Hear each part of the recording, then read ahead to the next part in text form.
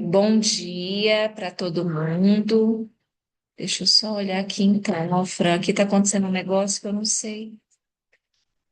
Que não está conseguindo botar nós. Peraí. Não, agora sim. Deu certo. Bom dia. Já está gravando. Já? Já. Uhum. Bom, então, bom dia, pessoal. Já são 10h04.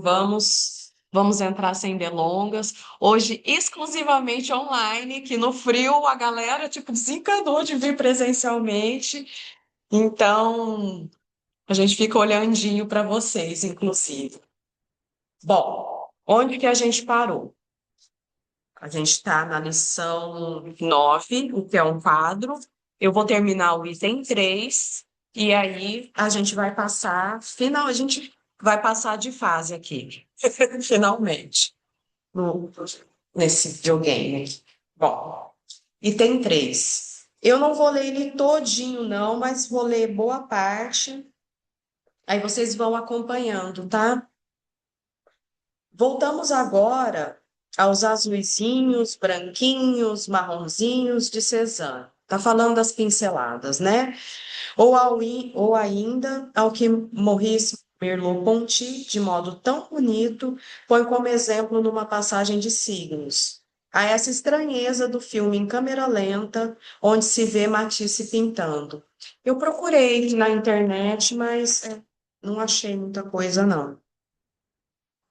O importante é que o próprio Matisse ficou baratinado com o filme. Que eu acho que ele está entrando numa questão, porque uma coisa é o traço assim preciso, digamos, do pintor, e ele está falando aqui do gesto, e que, enfim, que controle se tem naquilo que vai cair ali na obra. Maurice Merleau-Ponty sublinha o paradoxo desse gesto, aumentado pela distensão do tempo, nos permite imaginar a mais perfeita deliberação em cada pincelada. Dá a impressão, né, que foi tudo muito deliberado, mas não é possível. Tamanho controle, né?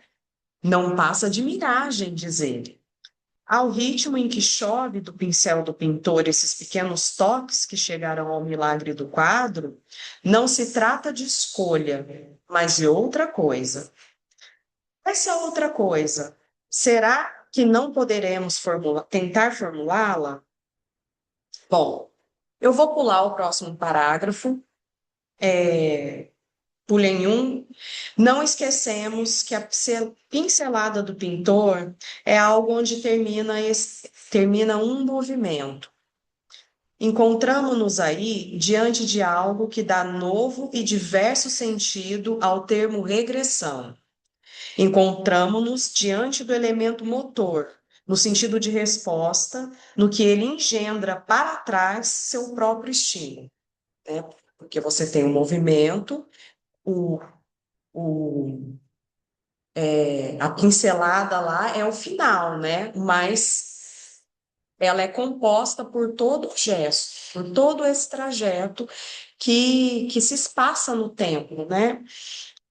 É aí que está aquilo pelo que a temporalidade original, pela qual se situa como distinta a relação a outra, é aqui, na dimensão escópica, né, do olhar, a do instante terminal.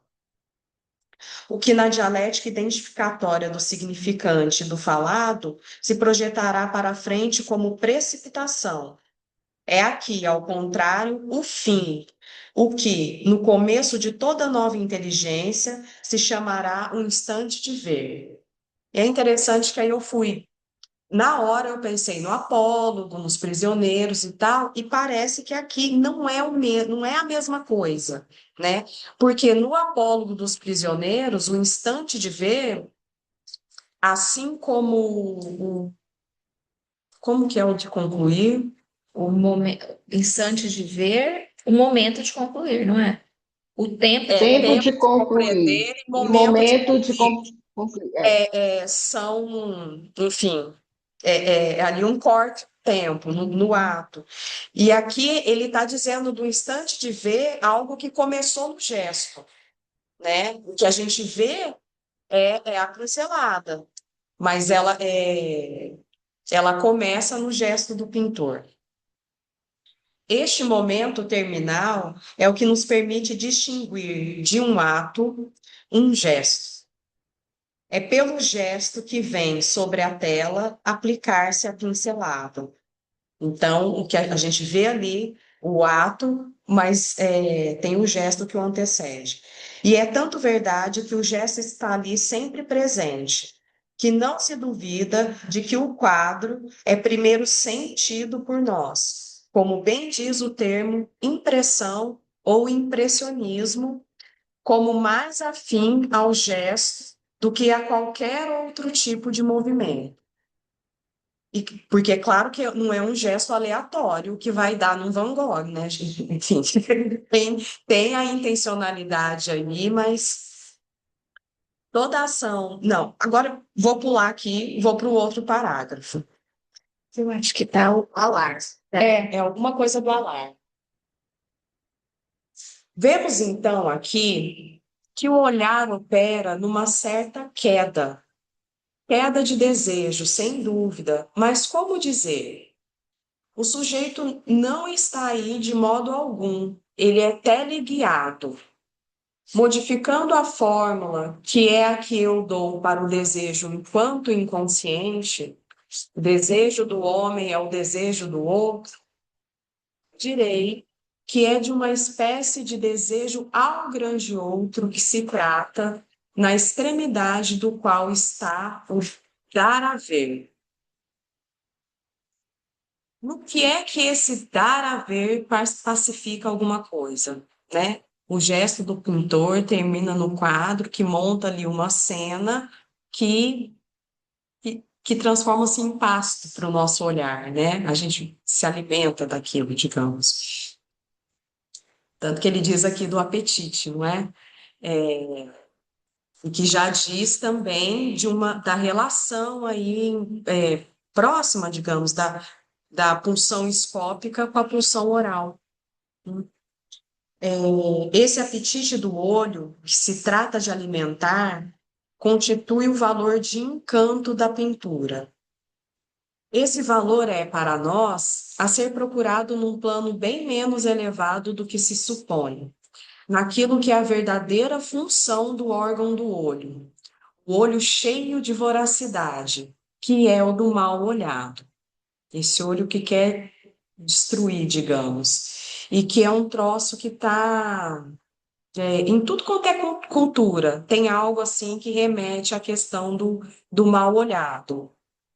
E, e vejam, é surpreendente se pensamos na universalidade da função do mal olhado, que não está em lugar nenhum, que não há em lugar nenhum qualquer traço de um bom olhado, de um olho que bem diz. A gente não tem, né? Ai, que legal, fulano foi bem olhado. Que Sim, bênção, né? pensa, exatamente. Tem um bom olhado em cima dele, né? Mas tem uma coisa de não, toma cuidado, tem certas mandingas para evitar o mal olhado, tem uma coisa assim das mães falarem, ah, não, meu filho é muito bonito, então atrai o mal olhado das pessoas. Que dizer? Onde que isso vai parar, né? Senão que o olho leva consigo a função mortal de ser em si mesmo dotado, permitam-me jogar aqui em vários registros, de um poder separativo, né? O que que ele está dizendo aí de separação? E a gente sabe que a gente vai entrar adiante nos negócios de alienação e separação ao grande outro, na constituição do sujeito, né? Mas este separativo vai bem mais longe que a visão distinta. Os poderes que lhe são atribuídos de fazer secar o leite do animal sobre o qual ele cai, crença tão disseminada em nosso tempo quanto em qualquer outro, e nos países mais civilizados, de trazer a doença, a má sorte, esse poder, onde podemos melhor imaginá-lo, senão na invídia. Bom, Eu pensei aqui também nas mães, que aí, dependendo de uma olhada, seca o peito, se a mãe estiver E como amamentando. E como a maternidade, né, pensando, eu pensei nisso agora também, carrega isso da envidia, porque eu não sei você, mas eu vivi isso na minha infância, que tinha que levar as crianças para benzer. Elas choravam, choravam, os bebezinhos estavam lá chorando sem parar, então você tinha que levar a benzer. Porque era isso, era tanta gente em torno, e é assim, e mesmo os que achavam a criança tão bonitinha como você está dizendo, que fofura, tinha uma coisa de um mal olhado que aí tinha que se desfazer por isso. Justamente por ser bonita e a pessoa olhar demais, enfim. É, É, sim, É, eu lembrei de uma coisa agora familiar, assim, né? Que o meu pai até hoje, ele diz que tem coisas que só se cura com benzedeira, que não tem médico que cure, que é só benzedeira que cure. sim, porque então é isso, Renata, é essas coisas que têm a ver com o mal olhado, né? Porque as benzedeiras têm muito a ver com isso, com esse mal olhado. eu não sei como é para quem nasce, cresce nas cidades grandes no Brasil, Sim, mas no interior, nós que somos do interior, sim. enfim, tem sempre a figura da benzedeira e que eu tenho da minha infância Aham. e lembra assim o que hoje a gente vê como a velhinha bruxa e que vem com as ervas e faz um monte de mandinga. Eu acho que é muito presente mesmo, né? Ao menos na nossa cultura, a gente pode dizer, Brasil. Aí vamos entrar falando de envidia aqui, né? Inveja. Invídia vem de videre. A invídia mais exemplar para nós analistas é aquela que há muito tempo destaquei. Se alguém lembrar, a Alexandra, que é o nosso frio, que há muito tempo destaquei em Agostinho para lhe dar todo o seu desenvolvimento. Isto é, a da criancinha olhando o seu irmão pendurado ao seio de sua mãe, olhando-o amar e conspecto, né? É um olhar com amargura. A criança olha aquela cena do irmãozinho pendurado na teta da mãe, os dois ali, como num quadro assim divino, aquela imagem, e o Santo Agostinho fala que viu o olhar, esse olhar de amargura da criança para essa cena. O Lacan fala disso em algum outro seminário, não sei se fala nos escritos, mas, enfim, é um exemplo recorrente que a gente costuma escutar mesmo, né, os analistas falando. Com um olhar amargo, que o decompõe e faz nele mesmo o efeito de um veneno, que faz nele mesmo. Não é na pessoa que lança o olhar, que tem esse efeito venenoso, amargo, não é? Aham. A Andrea fala isso, ela cita um caso lá no livro dela sobre Electra. Ela cita um caso lá dela, assim, que ela fala dessa coisa da envidia. Posso pegar lá depois, se você quiser. Eu vou até aqui e aí eu vou dizer, retomar o que o Kneff Fala disso. fala, ele pega o Santo Agostinho, e aí, se quiser, Eu vou lá ver se eu acho, que eu acho legal. mas para compreender o que é a envidia em sua função de olhar, não é preciso confundi-la com ciúme. Olha que interessante, né? Há uma, ainda que sutil, mas há uma diferença aí entre a inveja e o ciúme. O que a criancinha ou qualquer pessoa inveja não é de modo algum necessariamente algo que ela poderia ter vontade, como impropriamente se exprime. A criança que olha seu irmãozinho quer dizer que ela ainda precisa da teta? Todo mundo sabe que a inveja é provocada pela possessão de bens que não seriam, para aquele que inveja, de nenhum uso, e dos quais ele nem mesmo suspeita a verdadeira natureza. Esta é a verdadeira inveja. Ela faz empalidecer o sujeito diante do quê? Diante da imagem de uma completude que se refecha e do fato de o A minúsculo, o A separado, ao qual ele se suspende, né, o pequeno objeto A, poder ser para o outro a possessão com que este se satisfaz, né? A satisfação. Como se ali houvesse a imagem da completude, né? Que é o que a gente tanto sente falta, digamos, e almeja. É a esse registro, então, assim, a inveja tem a ver com, talvez assim, o fulano tem tudo, né? Como se fosse possível. É a esse registro do olho, como desesperado pelo olhar, que devemos chegar para sacar a ação pacificadora, civilizadora e encantadora da função do quadro. Há uma pacificação, um encantamento, a relação fundamental do objeto A, né, do pequeno azinho, com o desejo, me servirá como exemplar no que introduzirei agora com respeito à transferência. Ele está querendo indicar aqui a ponte, né, para a gente passar para um próximo conceito. E, se detendo um pouquinho nessa questão da invídia,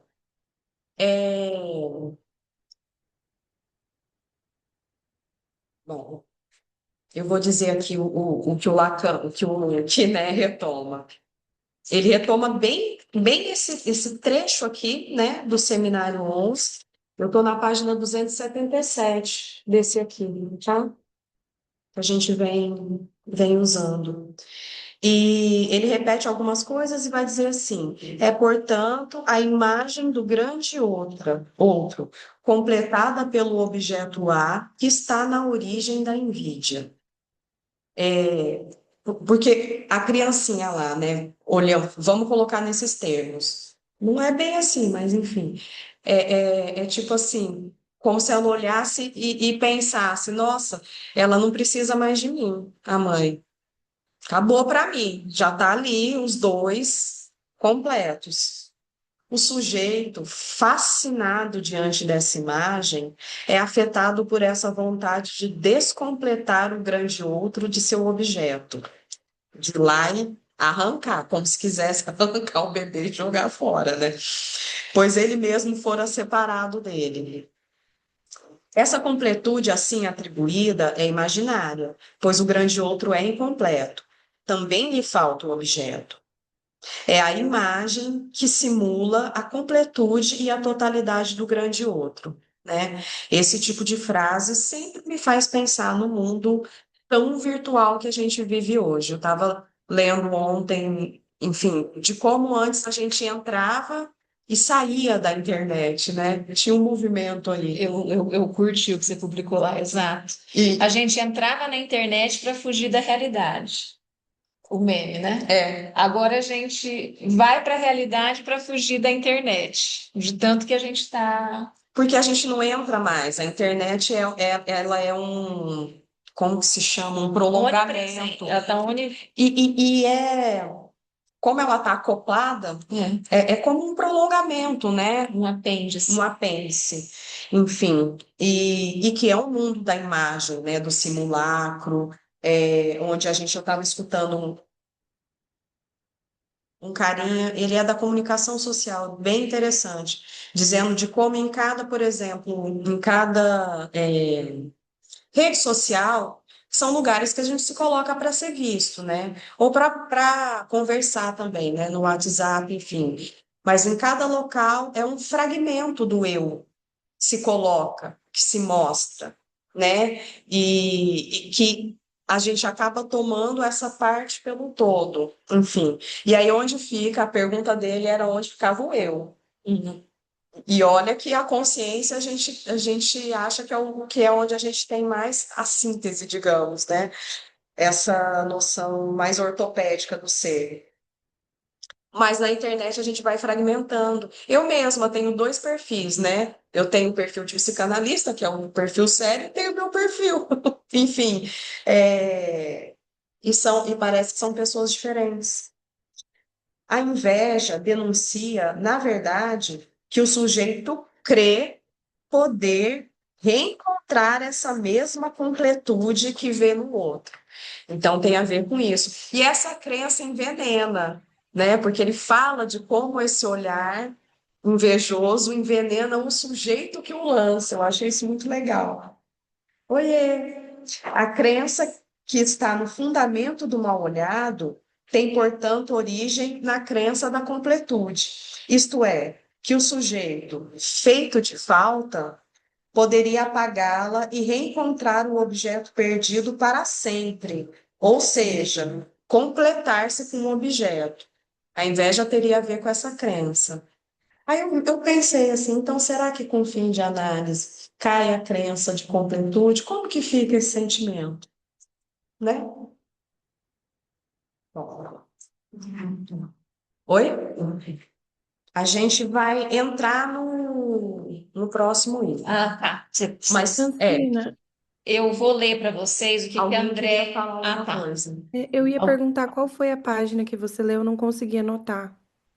A página Do Piné, Isso, 277. tá, obrigada. Eu vou ler agora um trecho que a Andréia fala disso nesse livro aqui, ó, Electra, né?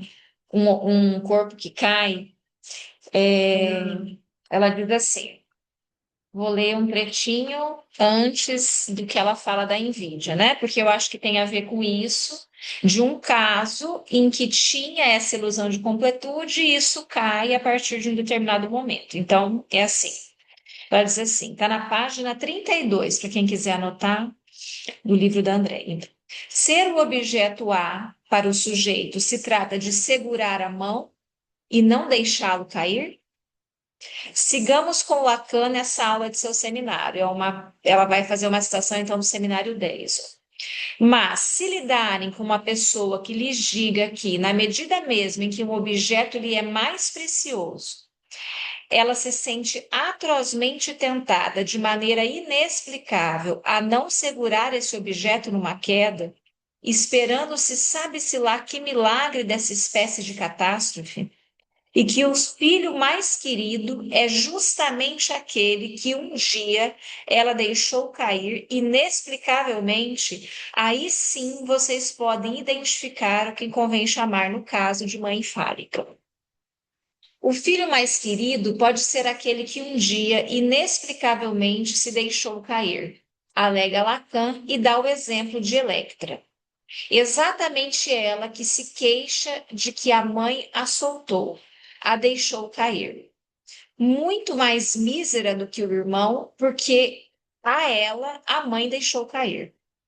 Mesmo que em outro momento coloque que a mãe deixou cair todos os filhos, só dando importância a ser mulher parejista.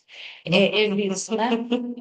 Lembrando que Electra, então, é aquela mãe, não sei se vocês se recordam, que perde a Efigênia lá, né? Que é a Efigênia, filha dela, com Agamenon, é sacrificada em nome da vitória da Guerra de Troia. Para eles terem vento, para ir para a guerra. Para ir para a guerra, né? E aí eles vão para a guerra, eles ganham. Quando o Agamenon volta, a Clitemnestra mata o Agamenon junto com o amante, que era Egisto, primo de Agamenon. Enfim, é uma história comprida, muito interessante, né? Belíssima, inclusive. Então, a Electra, que é filha de Agamenon e de Clitemnestra, como é que é mesmo? Eu falo Clitemnestra. Clitemnestra, que é filha desses dois, ela se queixa, então, que a mãe deixou ela cair. Daí a Andréia lembra aqui, ó, mesmo que em outro momento coloque que a mãe deixou cair todos os filhos, só dando importância a ser mulher para Egisto. Lacan sustenta que o corte e a queda apontam a falta que é o objeto A. O que é mostrado no acting out é sua queda, é o que sobra dessa história. Para que o objeto seja essa libra de carne, esse resto ejetado do outro, é preciso sua queda, que seja perdido. É o essencial. Isso gera angústia. A angústia de não saber que objeto há sou para o desejo do outro. Um sujeito, aí ela conta desse caso. Um sujeito conta em sua análise de uma cena que o marcou. Sua mãe, diante da intromissão do real, deixa cair seu bebê dos braços. Ele, o filho mais velho, observa a cena. Então, o paciente dela é o filho mais velho que observa essa cena de um bebê caindo, né? Do irmão caindo. Até aquele momento, entendia que esse objeto, o irmão, era o privilegiado para a mãe, e seu olhar para a cena tinha algo do olhar de invídia, tal como Lacan define o que é inveja, retomando o texto agostiniano. Porém, numa construção a posteriori, o sujeito percebe que os filhos, ele, o mais velho, e também o bebê, por um tempo, com a intrusão do real, caíram. A mulher em luto se sobrepõe à mãe por um longo tempo. A histérica sabe que a distância entre ser um objeto privilegiado e um resto é só um passo. Eu acho bonito o que ela diz aqui, né? Acho bonito. Acho bonito. Sim. Isso faz uma greve por isso faz uma greve e não entrega seu saber. Estão falando da histérica. Então, só eu lembrei aqui disso da invídia, né? Ok, então vamos lá. Agora a gente vai, então, encerramos É essa. interessante, não, é que é interessante também essa coisa da mãe, da mulher que se sobrepõe à mãe, ou da mãe fálica, né, como é o paradigma da mãe fálica, essa que deixa cair o filho, porque freudianamente falando, o filho é o falo para a mãe. Então, se uma mulher deixa cair, é porque nem precisa, né? Por isso, enfim. Sim. Então, agora encerramos essa parte do olhar, né? Que a gente se dedicou bastante, lemos bastante, achamos difícil. A Marielle chegou aqui para dar um, né? A gente tem uma pequena plateia presencial, olhar Para pacificar. E aí, então, gente, agora nós vamos para outra parte do seminário do Lacan, que ele vai começar a falar da transferência, né? Então, relembrando, Lacan começa falando do inconsciente, aí ele vai para a repetição, na repetição, ele fala de tique e automaton, e aí ele diz da tique, ele para se aprofundar nisso da tique, ele retoma o sonho do pai, não vês que estou queimando. Então, pai, não vês que estou queimando, e ele se aprofunda nisso do olhar, que ele já tinha falado bastante lá no seminário 10. Mas ele se aprofunda nessa questão do olhar para falar do real, né? Daquilo que escapa à significação, ao simbólico, enfim. Porque esse seminário aqui é um seminário que introduz. É difícil falar isso, porque o Lacan já tinha falado várias vezes do real, né? E no seminário 10, principalmente. Mas aqui me parece que é bem definitivo isso na construção do Lacan, da importância do real. Né? Então, que lembrando que lá para trás, no começo, e a gente vai falar um pouco disso aqui novamente, tinha isso da importância maior do simbólico. O simbólico se sobrepunha, né, ao real e ao imaginário, né? E aqui ele está construindo, na verdade, eu acho que a partir do seminário 10, a partir do que ele entendeu lá do seminário 10 e da construção que ele fez no seminário 10, ele está lapidando esses conceitos, então, a partir disso, que é o conceito de inconsciente, o conceito de repetição, o conceito de transferência e de pulsão. Me parece que ele está lapidando a partir dessa coisa do real, né? Então, aí chegamos nisso agora, chegamos na transferência. E ele vai caminhando para você disse da prevalência do simbólico, e ele vai caminhando para uma uma consistência entre os três, né? Real, Uma simbólico, uma equivalência. equivalência. Uma equivalência dos três. Então, o simbólico não é mais importante que o imaginário, não é mais importante que o real. E, inclusive, lá nos seminários mais tardios do Lacan, nos últimos seminários, quando ele fala do nó, né, do nó borromeano como isso que amarra os sujeitos, ele diz que as amarrações também podem ser pela via, nós estamos vendo isso no nosso cartel, né, Cláudia? A Cláudia está aí, que as amarrações, elas podem acontecer pela via do simbólico, que tem a ver com o nome do pai, que é essa amarração neurótica, mas elas podem acontecer pela via do imaginário ou do real, que aí é pela via da inibição ou da angústia, né? Mas, enfim, só para dizer isso para vocês. Então, agora vamos para a presença do analista, o 10, tá? A lição 10 do Lacan aqui, né? Então, ele começa assim, ó. A arte de escutar equivale quase a de bem dizer. Essa é uma frase muito, assim, importante aqui dessa lição, e que ele vai desenvolver, fazer as perguntas que ele sempre faz. Essa é uma lição inicial do conceito de transferência nesse seminário. Lembrando que o Lacan tem um seminário inteiro sobre a transferência que a gente estudou no ano passado, aqui no fórum, né? Mas aqui ele está nesse seminário ele está introduzindo essa noção de transferência, então pensando nisso do real, né? Dando ênfase para isso que ganhou força durante todo o desenvolvimento da obra do Lacan, que é essa noção de real. Então, aqui ele está introduzindo. É uma lição que ele vai fazer muitas perguntas. E aí a gente vai respondendo conforme vamos caminhando, tá? Ou não. Ou não. Respondendo ou não. Muitas vezes não, né? Mas enfim.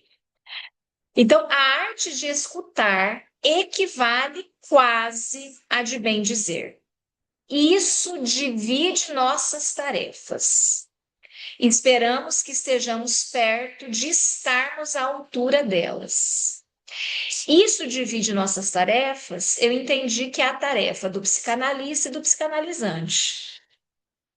A arte de escutar equivale quase a de bem dizer. E eu pensei também assim de imediato, mas é como eu disse, ele está introduzindo, depois a gente vai pensando juntos, né, como que se desenvolve isso.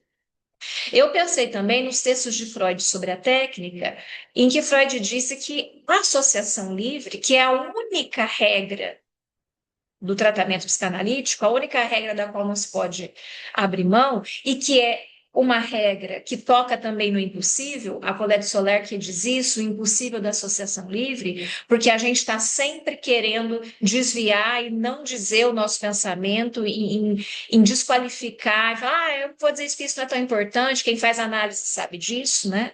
Então tem uma dificuldade mesmo em obedecer essa regra que é a única, ela só tem sentido se a atenção do psicanalista for flutuante. Se a atenção do psicanalista não for flutuante, isso está lá em Freud nos escritos técnicos, a associação livre perde a sua eficácia, né? Então eu pensei nisso também quando ele diz a arte de escutar equivale quase a de bem dizer. Eu pensei também na transmissão, né? Porque ele está tentando, né, na transmissão dele, nos seminários, bem dizer a psicanálise. E a transmissão, pensando aqui no encontro, né, ela se dá por uma via que não é a que a gente está acostumado, né, normalmente. Então, há uma divisão no sentido, tem aquele que escuta e tem aquele que sobre aquilo que escuta pode dizer, né? E apontar aí os caminhos de como, vou colocar bem entre aspas, a mágica analítica ali acontece. Tratarei hoje da transferência. Quer dizer que abordarei sua questão, esperando chegar a lhes dar uma ideia de seu conceito, segundo o projeto que anunciei em nosso segundo encontro. Então, lembrando, ele tem um seminário todo belíssimo sobre a transferência, que ele desenvolve bastante, ele toma o banquete de Platão, né, e desenvolve com uma beleza sem igual lá no texto da transferência, nesse seminário sobre a transferência. Mas aqui, olha só, e não faz tanto tempo, né, foi no seminário 8. Eu não lembro a data, mas é pouco tempo, porque nós estamos no 11 agora. Então, ele sente que precisa retomar, e eu insisto que eu acho que é para isso, para enfatizar essa coisa do real, que é o que ele vem falando aqui nesse seminário, né? E como conceito fundamental, né? Como conceito Interessante como fundamental. a gente marcar isso, né? É inconsciente, repetição, transferência e pulsão. E lá no início ele fala, a pulsão é o mais difícil, vamos deixar por último. Então ele vai, né, numa uma crescente, não sei. Sim. A transferência, na opinião comum, é representada como um afeto. Qualificam-na vagamente de positivo ou de negativo. Aqui ele vai falar um pouco o que a comunidade psicanalítica da época estava falando sobre a transferência. E a transferência é um assunto muito falado. Não sei na comunidade geral hoje em dia, mas na época do Lacan, a IPA falava muito de transferência. E os desvios que Lacan apontava na técnica psicanalítica passavam por essa ideia de transferência. Eu me lembro que no seminário 8 que a gente estudou, então, ano passado, a parte que me coube de estudar e apresentar é uma parte que Lacan cita vários textos da IPA para dizer como as pessoas lidavam com a transferência. E tinham inúmeras aberrações, e que era até engraçado. Depois, no nosso próximo encontro, que vai ser semana que vem, vou retomar lá para mostrar isso para vocês. Mas Semana que vem. é semana que vem, porque dia 27 é a nossa jornada com o Kiné. Então, semana que vem estaremos aqui. A Fran está descobrindo agora. Agora. Vamos estar aqui semana que vem. Mas enfim, mas se orientavam pela contratransferência, né? Exatamente, né? Exatamente. Então, era uma coisa assim. Chegou a esse ponto bizarro de dizer assim: se o paciente diz uma coisa e eu sinto raiva, a raiva não é minha. A raiva é do paciente e eu aponto isso para ele. Então, chegou a esse extremo, né? Então, a transferência era um assunto importante da época, e o Lacan, então, nesse item 1 aqui, ele vai retomar algumas coisas do que estava sendo dito na época. Então, a transferência, na opinião comum, é representada como um afeto. Qualificam-na vagamente de positiva ou de negativa. Aceita-se geralmente, não sem algum fundamento, que a transferência positiva é o amor. Contudo, é preciso dizer que esse termo, no emprego que se faz dele aqui, é de uso inteiramente aproximativo. Freud colocou muito cedo a questão da autenticidade do amor, tal como ele se produz na transferência.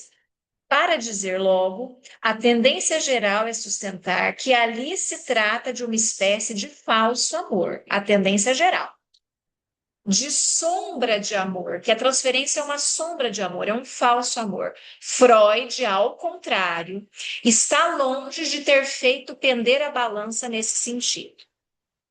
Não é um dos interesses menores da experiência da transferência colocar para nós, mais adiante, talvez, que nunca se pode carregá-la a questão do que chamamos de amor autêntico. Então, para Freud, não é um falso amor, né? É claro que, como todo amor, é apoiado numa miragem, né? Mas isso é para todo amor, né? Não é só para o amor de transferência. Se apoia numa miragem, se apoia naquilo que você quer ver do outro, enfim. A transferência negativa é-se mais prudente, mais temperado na maneira que se tende a evocá-la, e não se identifica jamais com o ódio. Então, enquanto a transferência positiva é identificada com amor, Lacan diz, mas ninguém identifica a negativa com o ódio. Isso na comunidade analítica. Emprega-se antes o termo ambivalência, termo que, mais ainda que o primeiro, mascara muitas coisas, coisas confusas cuja manipulação não é sempre adequada. Diremos com mais justeza que a transferência positiva é quando aquele de quem se trata, o analista no caso, pois bem, a gente o tem em boa consideração. Isso é a transferência. Então, Lacan está dizendo o que ele acha que é bom, né, que é adequado dizer. Negativa, está-se de olho nele, né? Então, quando a transferência negativa se manifesta, e é importante dizer, a transferência nunca é só positiva, e quando ela é só negativa, não sei nem se um tratamento caminha, talvez não, né? Talvez tenha que ir para outro analista. Mas a transferência, ela nunca é só positiva ao longo de um tratamento todo. Então, Lacan diz aqui, a gente está ou em boa consideração com o analista, transferência positiva, ou estamos de olho nele, né? De olho. De olho. Há um outro emprego do termo transferência que merece ser distinguido, quando dizemos que ela estrutura todas as relações particulares a esse outro que é o analista, e que o valor de todos os pensamentos que gravitam em torno dessa relação deve ser conotado de um signo de reserva particular. Donde a expressão, que é sempre colocada numa nota como uma espécie de parêntese, de suspensão e mesmo suspeita, quando é introduzida a propósito da conduta de um sujeito. Ele está em plena transferência. Isso supõe que todo o seu modo de apercepção está reestruturado sobre o centro prevalente da transferência. Não vou seguir mais longe, porque essa dupla referência semântica me parece suficiente por enquanto. Não poderíamos certamente nos contentar de modo algum com isto, pois que nosso fim é abordar o conceito de transferência. Está dizendo tudo isso que é dito, a gente vai ir por um outro caminho, ou aprofundar, ou ir, né, ou pensar em outras coisas. Este conceito é determinado pela função que tem numa praxis. Então, a transferência é uma função na prática analítica. Este conceito dirige o modo de tratar os pacientes. Inversamente, o modo de tratá-los comanda o conceito. Eu achei essa frase bem enigmática, inclusive, essa parte do inversamente, o modo de tratá-los comanda o conceito. Eu entendi que ele está dizendo assim, dependendo, se você trabalha na transferência de um modo X, que é o modo que ele super critica, né? Esse modo de levar a contratransferência não como uma questão do analista, mas como uma questão do paciente. Se você sente ódio, raiva do seu paciente, não sei o quê, você tem que tratar isso no seu divã. É assim que a gente entende, e na época não era entendido desse modo. Então, se você não entende desse modo, trata o paciente, né, conduz a análise de um jeito, o conceito vai para outro caminho. Foi isso que eu pensei aqui. Bé, pode falar, Beverly. É Marisa. Oi, Marisa. Eu estava tentando levantar a mão aqui, mas é que vocês estavam na TV, eu não estava conseguindo. Meninas, não só voltando nisso do que vocês estavam falando sobre o amor de transferência, né? É que foi um texto que eu trabalhei bastante, um texto que se chama Sobre o Amor Transferencial. Ele diz assim: seria transferência um amor genuíno? Seria transferência um amor genuíno? E daí Freud diz que sim, que ela não perde nada do amor comum. Na verdade, ele está falando do amor comum para dizer do amor, esse amor nosso da vida adulta. Porque se pensar que todo amor é esse objetal edípico, do primeiro amor, então a transferência também não é primeiro, nem o amor nosso da vida adulta, né? Desse amor comum. Eu só lembrei disso, estava tentando levantar a mão aqui antes, não consegui. Estou escutando vocês aqui, estou adorando. Ótimo, amiga. Obrigada. Obrigada, Nem Marisa. precisa, você pode só interromper mesmo e É que às vezes acontece da gente não ver. Não, mas eu tô de olho Tá aqui. de olho. Tá. Pode seguir. Tá. É, E aí ele cita Ida Madalpini, não sei se é assim que se lê o nome dela, e ele diz que esse texto dela, que ele cita, que eu encontrei, que se chama O Desenvolvimento da Transferência, é de 1950, que nesse texto, ela, que é uma sujeita teimosa, ele está dizendo aqui que ela é muito teimosa, nesse texto ela tem uma posição extrema, né? E aí, qual é esse texto, né? Então, eu fui atrás do texto, vou dizer. Então, essa Ida, ela nasceu em 99, morreu em 1974, é uma psiquiatra alemã e britânica. Ela teve uma forte influência da psicanálise, mas ela abandona a psicanálise no final da década de 50, tá? Então, esse texto aqui, ela diz assim, ó, a psicanálise não apenas colhe a transferência, mas através do ambiente frustrante e infantil que cria a psicanálise produz a transferência. Ela diz assim, ela diz assim, acho deplorável o hábito freudiano de identificar a transferência com a sugestão, porque isso contribui para desacreditar a interpretação psicanalítica. Ela está fazendo uma crítica a Freud aqui. A sugestão serve apenas para induzir o analisante a compreender que ele pode ser ajudado e que ele pode recordar. Toda conduta do paciente com relação ao analista é transferência? Ela pergunta. A transferência tem a ver com a compulsão à repetição? Ela se pergunta. Ela trata, eu achei isso também muito interessante, todos os teóricos citados de igual maneira. Então, Freud está no mesmo patamar de Fenikel, de Abraham, do Glover. Freud está no mesmo patamar para ela. E isso aqui já irrita Lacan, tanto que a gente já vai falar aqui. Já me irrita. Enfim. E eu achei interessante porque, olha só, ela é da IPA, né? Ela coloca os estudantes em formação, aqueles que estão em formação para serem psicanalistas pela IPA, não na categoria de neuróticos. Achei bem engraçado isso, curioso, inclusive.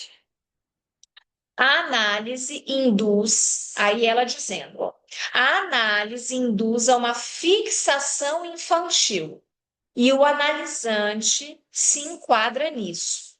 Por isso a transferência é tão forte na análise. Há um enquadre infantil. Lá nesse artigo dela que você acha com facilidade na internet, está na página 247 e 248.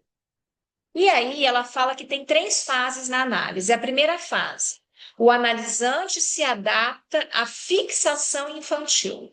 Segunda fase, neurose de transferência. Terceira fase, que é o final, volta à adultez. Então, veja só, é como se antes da análise, antes da análise, né, nem antes do sintoma, você tivesse lá como adulto, a análise te faz ficar extremamente infantil, ela produz esse infantilismo, essa infantilidade, que aí é neurose de transferência, e daí depois no final você volta para a fase adulta, né?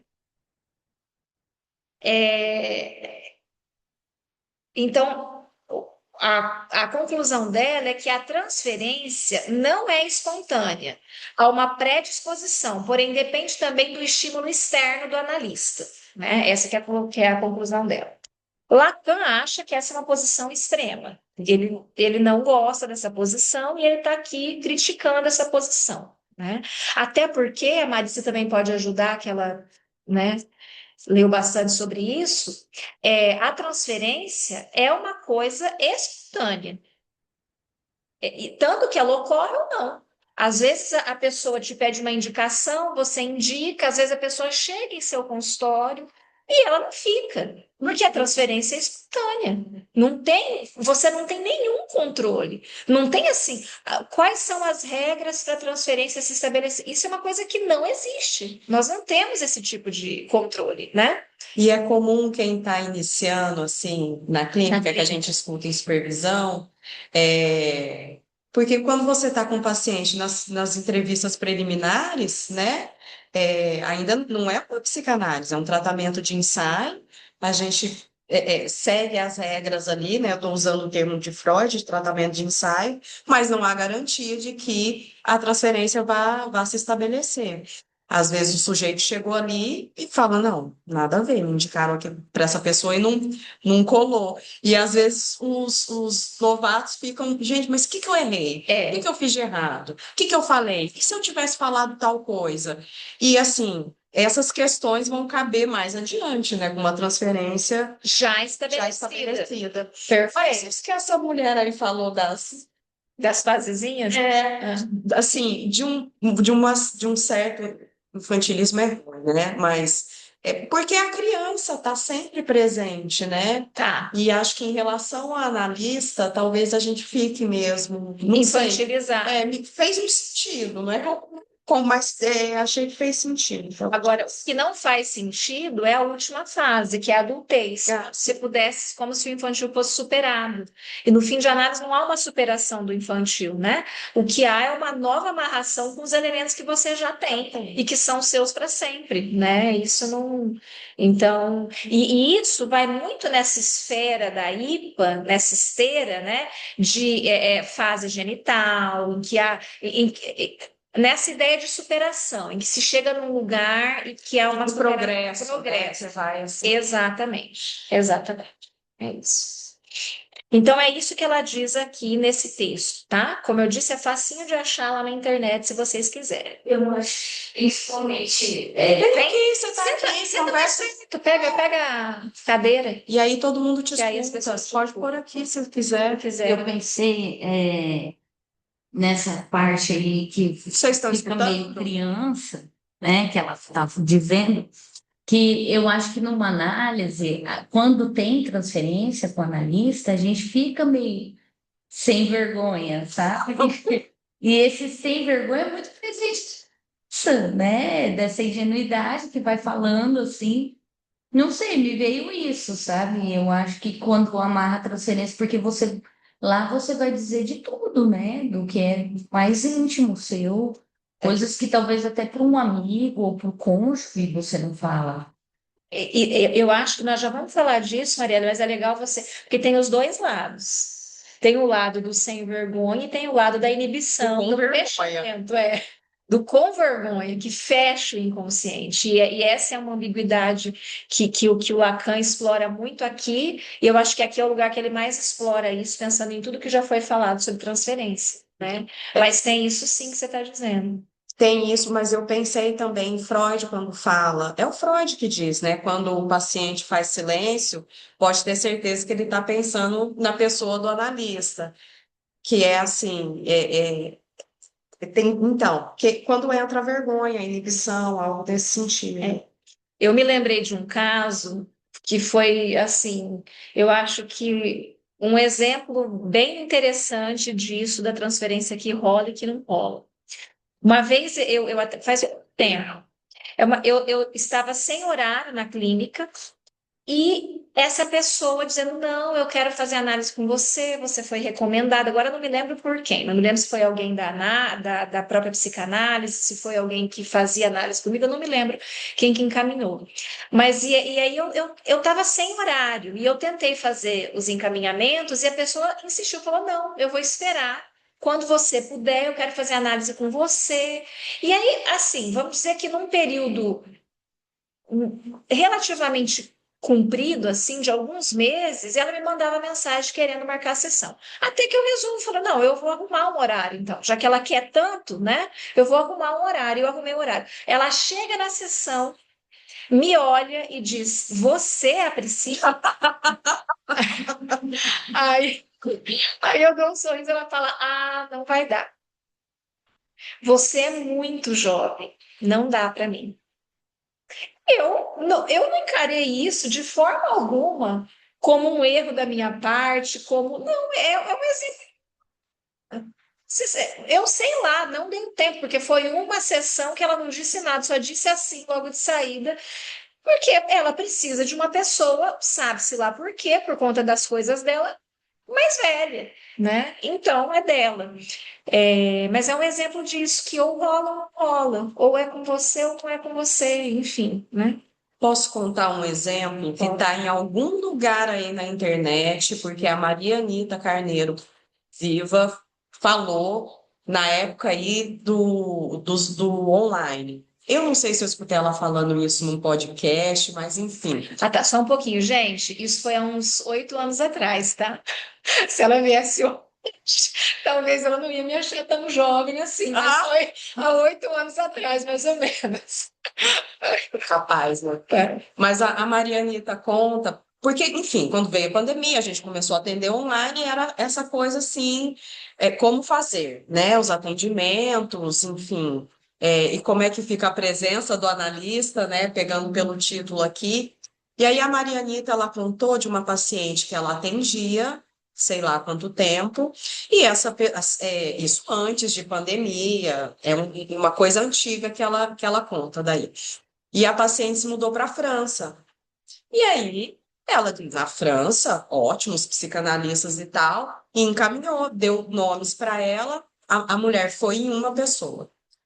Aí, manda mensagem para Marianita falando: Ó, não rolou, não gostei. Eu acho que a mulher foi umas 3 pessoas, até que a Marianita encaminhou ela para a Colette Soler. Tipo, vai fazer análise com a Colexo, né? Já que você, né, exigente. E aí, não, a própria. Então, agora eu não me lembro certinho, tinha que ver no vídeo. Eu não sei se a própria Colette disse para a paciente, tipo, você precisa fazer com essa Marianita, né? Enfim, mas foi aí que a Marianita topou, tipo, topou atender por telefone. Ela estava contando no sentido de que assim, ai, gente, nem é tão assim de outro mundo, já acontecia, coisas, né, enfim, semelhantes, em momentos que as pessoas estão viajando, e aí ela atende essa paciente por telefone, porque a transferência a transferência com a analista não permitia que ela se engajasse com o outro analista. Por melhor que esse outro analista Era fosse, por mais era exatamente, isso não importa, né? E isso é bonito. E é bonito para dizer que o melhor é muito relativo, É muito relativo. né? Exatamente. O analista, ele não é a priori bom. Ele vai ser bom para aquele caso, né? Ele é bom para as transferências que ele sustenta, né? Mas é Exatamente. interessante aí, bom dia, gente. É interessante que a sacada da Colette Soler é dizer, você tem que fazer com ela, porque ela estava pedindo análise à Marianita pelo não que ela dava para os outros. Olha, Sim, sim. é Bom, e como isso é um essa telefone sem sutil. fio, tá? Porque eu tô falando do que Aham. eu lembro.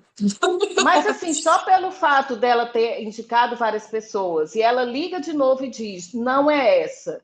Ela estava dizendo o tempo todo, é você que eu quero, né? Mas, É, enfim, também tem isso da Marianita tá dizendo não para ela também, né? É, Enfim, essa sutileza, né, que tá aí na transferência. Eu me lembro a Catarina de Maceió, uma vez ela contou num grupo que a gente fazia, que uma menina foi para ela na primeira entrevista e foi assim, mas ainda não, nada estabelecido. Quando termina a entrevista, que ela se levanta para levar ela à porta, ela olha para o colar da Catarina e diz assim: minha avó tinha um colar igual a esse. Aí ela foi. E aí a menina, né, continuou indo para análise. Quer dizer, essas sutilezas da clínica, né? Como diz o Miller.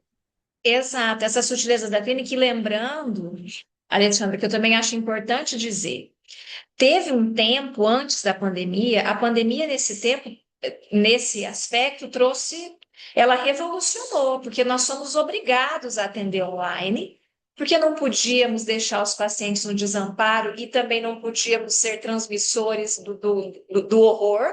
Então, a gente precisou ir para o online, mas quando a Marianita está dizendo isso, o online era uma coisa assim, muito mal visto no meio psicanalítico. Nós da psicanálise, e eu estou falando nós no sentido geral da escola, enfim, nós éramos muito conservadores nesse ponto. Que o online não tinha discussões, não existe fim de análise no online, e a presença do analista, não sei o quê. Então, a Marianita, nesse aspecto, ela foi extremamente revolucionária, porque ela aceitou um tratamento via telefone, Não é nem assim, né? Com imagem, com nada, é via telefone, numa época em que, por quê? Isso é muito bonito, porque ela não pensou nas regrinhas que Lacan tanto criticou, ai, tempo de sessão, ai, não sei o quê. Ela não pensou nisso, ela pensou no conceito da transferência, que é o essencial. Então ela falou: eu vou aceitar essa pessoa em análise, né? Então, hoje o que é comum, que é atender online, e a gente já discutiu tanto isso, como tem pacientes que, inclusive, caminharam no online, outros não gostam do online, isso também é muito específico, é muito singular, né? Mas eu acho importante pontuar isso também. A ética de alguém que, contrariando as regras da época, diz, não, o importante é a transferência, então eu vou aceitar. Mas aí Então, também a questão dessa soberania da clínica, sim, né? Da soberania, coisa que Lacan aponta, né? é isso. Hoje, essa semana eu ouvi alguém dizer: cuidado com essa coisa de tudo que Lacan falou é o que a gente tem que fazer. Não, porque nós estamos num tempo diferente, a questão do tempo, né? A questão do social mesmo, a pessoa estava falando social, mas disso, de que o que está acontecendo aí, né? De um pedido de análise que não tem viabilidade pelo presencial, né? Então teria que ser pelo telefone. Agora, muitos psicanalistas da época 90, algumas sessões era por telefone, mesmo que tipo, a pessoa viajava ou a pessoa ia morar no exterior, né? Então você vê que é uma questão de um pedido da clínica, que vem da clínica, dessa soberania. Exatamente, perfeito. A clínica é que constrói, a partir da clínica que a gente constrói os conceitos, né? Enfim, e não o contrário, e não os conceitos, perfeito. Isso mesmo. E aí, Oi meninas, então, bom dia. oi, Daniel, Daniel aqui, tudo bem? tudo jóia? Já Muito reconhecemos a bom. voz. Muito boa a condução de vocês aí. Muito bom acompanhar esse seminário. Sempre que eu posto, acompanho por aqui, acompanho os que foram gravados. E só para, como isso que vocês estão falando agora retoma, né, aquela frase inicial, né, que a escuta equivale aí ao bem dizer, né, que para além dessa fala vazia, das regras, do blá blá blá, poder escutar isso da verdade do sujeito, né? Que a Maria Anitta conseguiu fazer muito bem aí. Em tempos, né? Justamente que ela teve que ir nessa contramão, né? Exato, Do que a exatamente. escola dizia, né? Uhum. Ótimo, é isso Obrigada, mesmo. Daniel. Obrigada pela Eu presença. também estou maratonando o seminário É, 10, viu? eu Eu também. acho uma maravilha o nosso Spotify. A Marielle é a pessoa que está subindo as coisas, porque aí a gente pode acompanhar os colegas, né? Enfim, Foi maravilhosa essa ideia, né? Do Spotify aí, né? Foi. foi mesmo. Ok, então, aí o Lacan, sobre a saída Madalpine, então, sobre esse texto que a gente está dizendo, né, que eu estou comentando, ele diz assim, aqui na página 125, comecinho. Podemos dizer que essa situação não poderia criar o fenômeno todo. Então, a análise não cria o fenômeno todo da transferência. E que, para produzi-lo, é preciso que haja fora dela possibilidades já presentes, às quais ela dará composição, talvez única. Então, a análise dá uma composição para alguma coisa que já existia no sujeito. Vou retomar esse exemplo que a Alexandra trouxe, falando lá da Catarina de Maceió. Seu colar é como o da minha avó, né? Então, já existe alguma coisa na história do paciente que a análise dá uma composição. É o que Lacan está dizendo aqui. E aí ele usa aqui no finalzinho, antes do item 2, dizendo: tudo isso, além do mais, é apenas truísmo, ou seja, apenas verdades óbvias. Mas lembrando que o óbvio é uma categoria que a gente tem que repetir o tempo todo. Isso está lá no livro Pois é, me deu uma lembrança. que você estava falando do Tornar-se Negro. Está lá no livro Tornar-se Negro, mas ela faz uma citação. Eu não Mas é sei. nesse sentido mesmo, que o óbvio é uma categoria que a gente tem que estar sempre retomando, porque a gente se cega, né, para as obviedades. Sim. A gente trata as obviedades como automáticas, a gente para de questionar as obviedades, na verdade, e a gente tem que seguir questionando, né? Então, agora Porque vamos. se torna um establishment, né? E os filósofos já dizem, tome cuidado com isso, né? Porque quando a coisa fica nesse nível, não é que ele não pode ser questionado, é aí que precisa ser questionado, né? Porque fica religioso, né, Alexandre? Na verdade, vira um dogma, fica uma coisa religiosa. Então, a gente tem que seguir questionando, isso mesmo. Agora vamos então para o item 2. Gente, também eu estou lendo bastante, porque como é o primeiro capítulo sobre isso, a gente precisa ver como Lacan está situando aí as questões que ele vai seguir, né? E eu vou fazer um comentário. Eu achei muito legal, justamente acompanhando o seminário 10, o Daniel vai lendo assim, e eu pensei como é importante esse registro, né? Porque não ler um texto coletivamente é diferente Sim. de ler. Então, se é uma pessoa lendo, enfim, é diferente de ler sozinho. É importante. E mais, O que a Zilda falou? Não, não, foi no, fala mais alto. no after. O que ela falou? Que é quando a gente saiu, que ela comentou O que ela disse? de ouvir o quanto é importante os seminários de Lacan, parece que foi feito para ouvir. Ah, eu ia falar isso agora, que a gente lê em voz alta. Ó, eu leio várias vezes o capítulo aqui antes de falar com vocês, né? Antes de falar aqui. E aí, quando eu leio em voz alta aqui, me vem coisas que não vieram antes, porque eu leio em voz alta é importante, né? Eu ouvi, isso mesmo, que a gente lê só. Eu acho que tem uma importância. Os seminários, na verdade, são apresentações. São apresentações do Lacan. Isso. Isso. Então, essa introdução tem por alvo lembrá-los disso. Abordar os fundamentos da psicanálise supõe que lhe levemos, entre os conceitos maiores que a fundam, uma certa coerência. Então, é o que a Fran falou. Conceitos maiores para Lacan é inconsciente, repetição, transferência e pulsão. E eles têm que ter uma certa coerência, né? Esta se marca já na maneira pela qual abordei o conceito de inconsciente, da qual vocês podem lembrar-se que não pude separá-lo da presença do analista. Então, esse é um termo, uma expressão muito interessante e que depois eu vou falar o que o Bernard Nominé fala sobre isso nesse livro, que é lindo.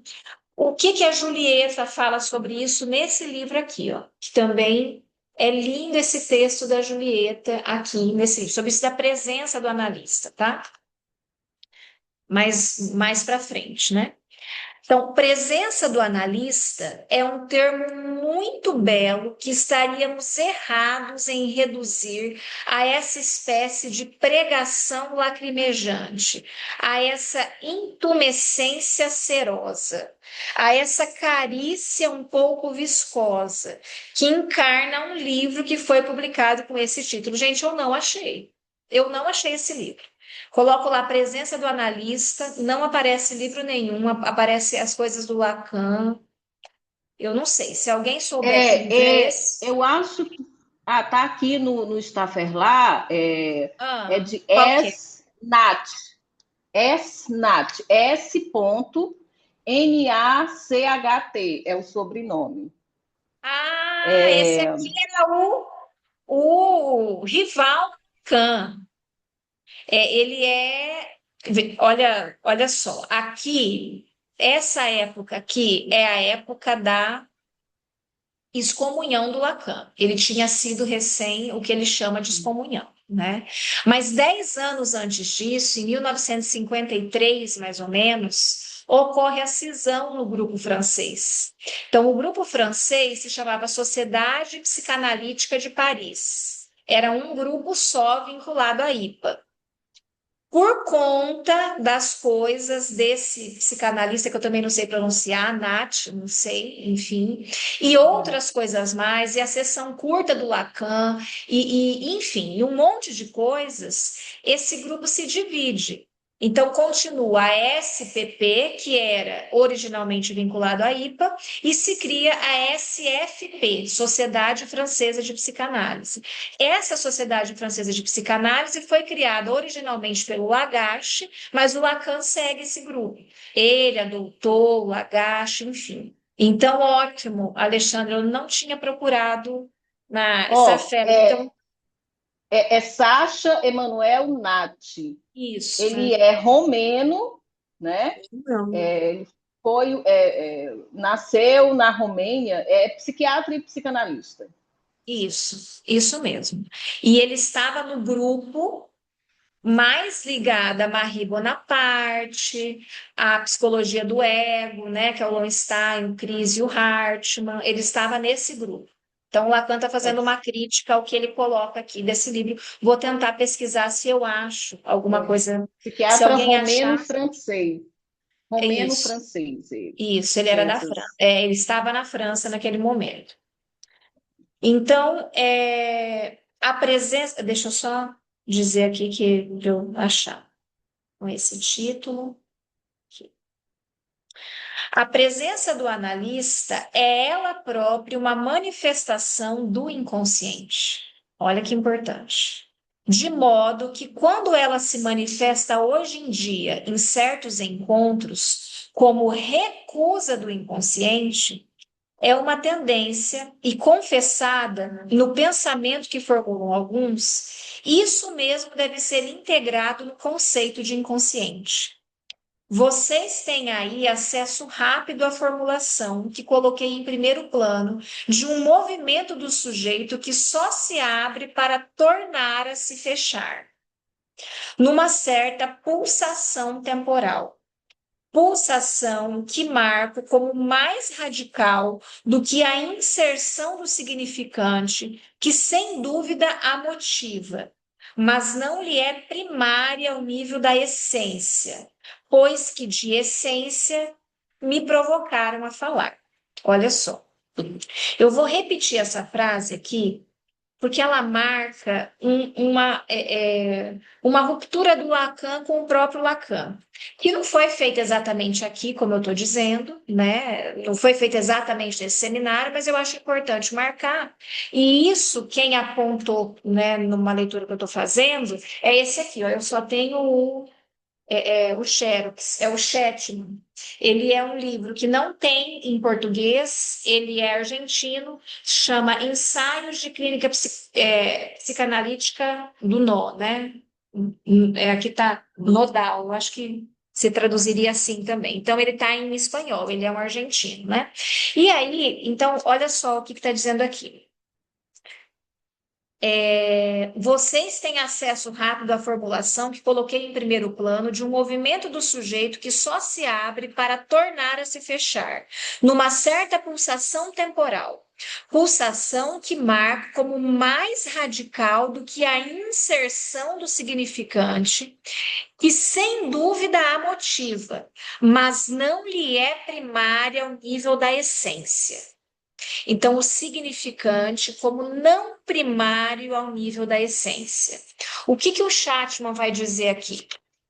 Nesse livro, né? Ele diz inúmeras coisas, o livro é enorme, mas ele diz aqui uma coisa importante, porque Lacan depois, mais para frente, e a gente vai retomar isso no nosso próximo encontro, ele cita aqui na página 126 o relatório de Roma e também lembrança do campo e da função da fala e da linguagem na experiência psicanalítica, como chama função e campo, né? Função e campo da fala e da linguagem na experiência analítica. O relatório de Roma é uma introdução a esse outro texto, função e campo. Esses dois textos que marcam um momento muito específico do ensino do Lacan, que é esse momento em que Lacan sobrepõe o simbólico às outras, as outras do que a gente fala? As outras consistências, sobrepõe o simbólico ao real e ao imaginário, né? E ele vai dizer, então, só para, né, para não perder o raciocínio, eu ia dizer depois, mas eu vou dizer agora, esse relatório de Roma, não, é no outro. é no função e campo. Ele vai dizer aqui, vamos ver se eu acho. A gente sempre acha, quando eu estudo para falar aqui, eu sempre acho que vai dar tempo de falar mais coisa do que dá, né? Mas vamos lá. Então, é aqui. Em função e campo, está na página 292, tá? O que eu vou dizer. O Lacan diz aqui nesse momento, tá? Então, lá perto, esse texto é de quando? 53? Deixa eu olhar de quando que é esse texto. Ele é tão comprido, eu não estou achando aqui, peraí.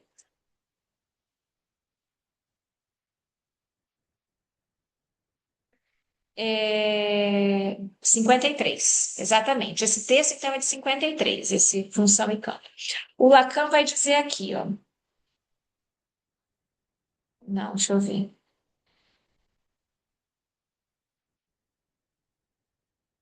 Não, parece que não é aqui. Não sei se eu vou conseguir achar. Ah, é aqui, ó.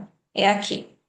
Não é nessa página, é na página 270, tá, gente? Ó, página 270. Ele diz assim: pois se, para admitir um sintoma na psicopatologia psicanalítica, seja ele neurótico ou não, Freud exige o mínimo de sobredeterminação constituído por um duplo sentido, símbolo de um conflito defunto, para além de sua função, um conflito presente não menos simbólico, e se ele nos ensinou a acompanhar no texto livre das associações livres a ramificação ascendente dessa linhagem simbólica, para nela detectar, nos pontos em que as formas verbais se cruzam novamente, os nós de sua estrutura.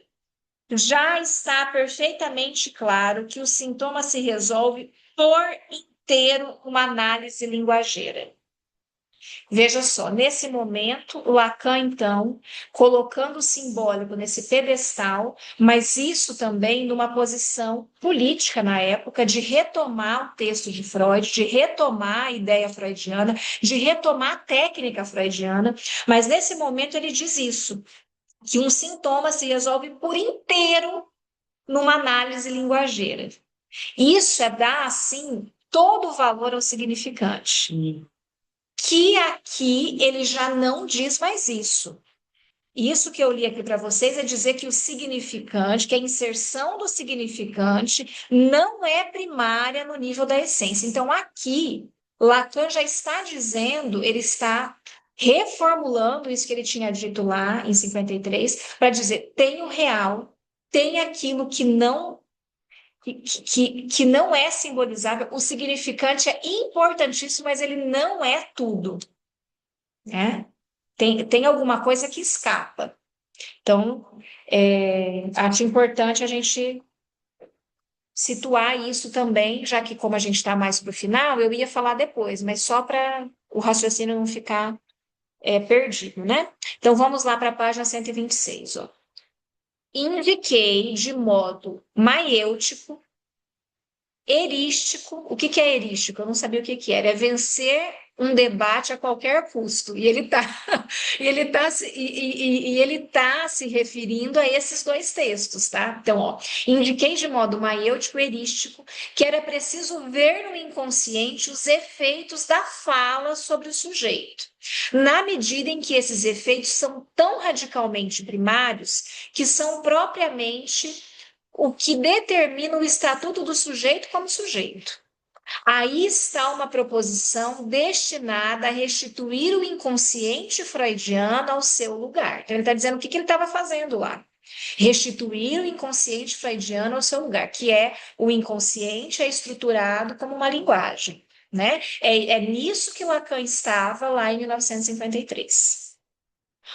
E aí, no parágrafo seguinte, o inconsciente primordial, o inconsciente função arcaica, o inconsciente presença velada de um pensamento a ser posto no nível do ser antes que essa presença se revele, o inconsciente metafísico de Eduardo von Hartmann, qualquer que seja a referência que Freud lhe faça num argumento, enfim, o inconsciente, sobretudo como instinto, tudo isso nada tem a ver com o inconsciente de Freud. Então, essas noções já existiam antes de Freud. O inconsciente como instinto, o inconsciente como não consciência, o inconsciente como não sei o que lá. Então, o Lacan está dizendo, isso não tem a ver com o inconsciente de Freud. Qualquer que seja o vocabulário analítico, suas inflexões, seus flexionamentos, nada a ver com nossa experiência. Interpelarei aqui os analistas. Alguma vez vocês tiveram, por um instante, o sentimento de manusear a massa do instinto? Então, ele está dizendo, a gente manuseia a massa do instinto, a gente tem acesso ao instinto, né? A pulsão, a gente tem acesso a isso? Ele está dizendo, não, o que a gente tem acesso são as palavras, os significantes que o sujeito usa para falar da sua verdade, que é, em tese, inacessível. Em tese, não, que é de fato inacessível. O significante, e Freud diz isso, isso é muito bonito, como Freud diz, antes, nas suas publicações pré-psicanalíticas, antes da interpretação dos sonhos, ele diz que é uma tradução. O que a gente diz já é uma tradução do que acontece. E toda tradução, como a gente sabe, é extremamente falha. É uma transcriação. É uma transcrição, é uma transcriação. Então, resta sempre algo. O que isso quer dizer? Né? Que isso já está em Freud, então, né? Mas Freud não desenvolveu tanto como Lacan desenvolveu. Que o resto já está. Tem um resto não simbolizado. Mas que apesar desse resto, como é que a gente tem acesso no final da análise a esse resto? Pela via do simbólico. Então, Lacan aqui não está jogando fora essa formulação lá de trás, do inconsciente estruturado como uma linguagem. Assim como ele não joga fora nunca. É pela via das palavras que a gente tem acesso. Então, a manusear a massa do instinto, ele pergunta, alguém de vocês aqui que são analistas já manusearam a massa do instinto? Não, a gente faz isso pela via da palavra, do que o sujeito diz, né? E aí ele diz aqui, ó, em meu relatório de Roma, procedi a uma nova aliança com o sentido da descoberta freudiana. Veja só. Então, esse relatório é para fazer uma nova aliança. A aliança tinha sido desfeita. O casamento com Freud tinha sido desfeito pelos psicanalistas. Lacan diz, eu quis uma nova aliança, né? Propus uma nova aliança. O inconsciente é a soma dos efeitos da fala sobre um sujeito, nesse nível em que o sujeito se constitui pelos efeitos do significante. Isso marca bem que, com o termo sujeito, é por isso que o lembrei uma origem, não designamos o substrato vivo de que precisa o fenômeno subjetivo, nem qualquer espécie de substância, nem qualquer ser do conhecimento, mas o sujeito cartesiano, eu dei uma puladinha ali, ó, que aparece no momento em que a dúvida se reconhece como certeza. Só que, pela nossa abordagem, as bases desse sujeito se revelam bem mais largas, mas, ao mesmo tempo, bem mais servas quanto à certeza que ele rateia. É isto que é o inconsciente. Vou ler só até o final dessa página, porque daí no nosso próximo encontro eu vou retomar um pouco do relatório de Roma e também do campo e função, né? Há uma ligação entre esse campo e o momento de Freud, em que ele se revela. É esta ligação que exprimo, aproximando-a das passadas de um Newton, de um Einstein, de um Planck. Esse Planck eu não sabia quem era, mas ele foi Nobel da Física em 1918.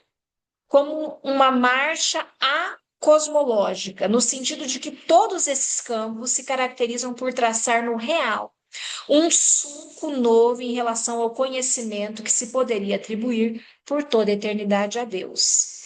Então, ele está dizendo que Newton, Einstein, Planck, Freud, com as suas descobertas, né, com a sua pesquisa, com o seu conhecimento, eles traçaram um sulco no real. Isso não é qualquer coisa, né? Isso não é qualquer coisa. Então, por isso que quando alguém se coloca ou lê Fênikel, lê sei lá quem, Abraham, lê não sei quem, por melhores que eles sejam, né? Como Freud, colocando todos no mesmo patamar, isso é muito... Nem sei o que dizer o que que é isso, porque não Freud, ele marca alguma coisa que é da ordem de uma ruptura, né? Assim como Newton, assim como Einstein, né? E que tem a ver com isso do real. Então, veja só, Lacan está reafirmando o inconsciente estruturado como uma linguagem, mas está dizendo tem o real, e esse real é do que eu vou falar agora, é no que eu estou pensando agora, no que eu cheguei agora, né? Então, paradoxalmente, a diferença que garante a mais segura subsistência do campo de Freud é que o campo freudiano é um campo que, por sua natureza, se perde. É aqui que a presença do psicanalista é irredutível, como testemunha dessa perda. Então, aqui de novo, ele está dizendo que a transferência, ele vai falar mais disso, é essa porta que se abre e que se fecha. Tem uma abertura para o inconsciente e um fechamento. O campo freudiano, o inconsciente de Freud, é isso, que se perde. A gente já falou bastante disso, dessa coisa que aparece e se perde. Aparece e se perde. Lembram-se da Ilhância? E essa ideia, né, do sujeito, ele está ali no entre. A gente não tem contato com o sujeito. O sujeito é representado por um significante para outro significante, né? E é aí no deslizamento da cadeia que, às vezes, algo se abre e aparece, para logo em seguida tornar a fechar, né? Isso, então vamos parar por aqui. Vocês querem dizer alguma coisa? Aí a gente, no nosso próximo encontro, que será no sábado, a gente vai falar do relatório de Roma, função e campo, tá? E continuar aqui com o texto do Lacan. E aí também vou tentar falar, mas acho que não vai ser possível nesse, mas enfim, a gente vai caminhando conforme o nosso ritmo desse texto, tanto da Julieta como do Bernard Nominé, que ele fala isso da presença do analista. Tá bom? Priscila, Oi.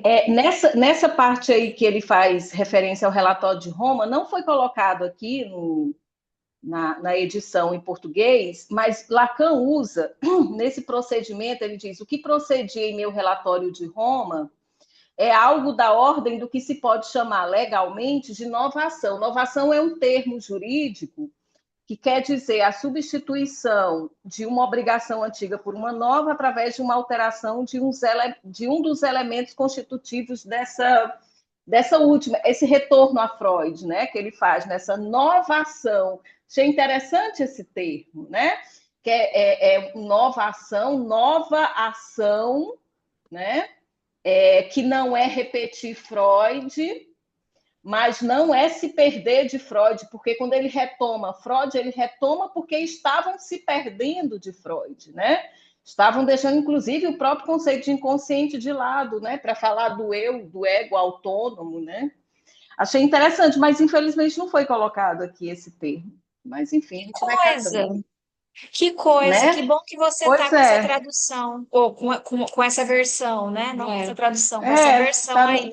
tá ferlar, Porque tem tudo a ver com isso mesmo, né? Que a gente está dizendo, de retomar Freud, mas enxergar ou dar ênfase a uma coisa que já estava em Freud, que Freud não teve tempo de enfatizar tanto, mas que Lacan vai enfatizar, que é essa coisa do real, porque o real já está em Freud. Freud não chama de real, mas já está em Freud, já está na ideia do superego, já está nessa ideia do resto, já está na ideia do intransponível, do análise terminável e interminável, que ele diz é o rochedo da castração, né? Então, já está em Freud, mas Freud não desenvolve como Lacan desenvolve, né? Como Lacan dá ênfase nisso. Tá bom, obrigada, Alexandra, obrigada pela presença de todos vocês. Seguimos na semana que vem, tá bom?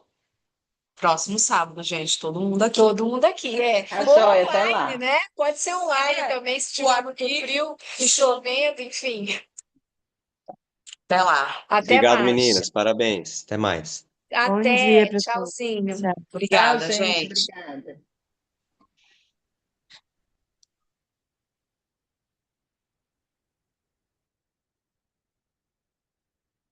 Nossa, não quer coisar, eu tô vendo.